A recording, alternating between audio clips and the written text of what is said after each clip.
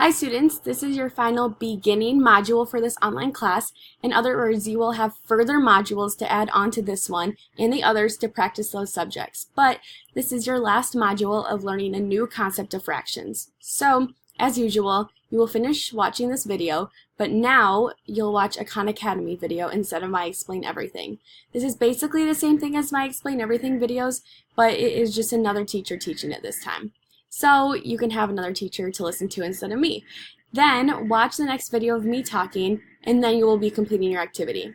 Just a reminder that you should be taking these modules at your own pace so you are not rushing through them and not understanding the content. They are just due by the end of the year when the course is done. In this module, you will have two essential questions. The first one being, what are equivalent fractions? And the second one being, what are different ways to compare fractions?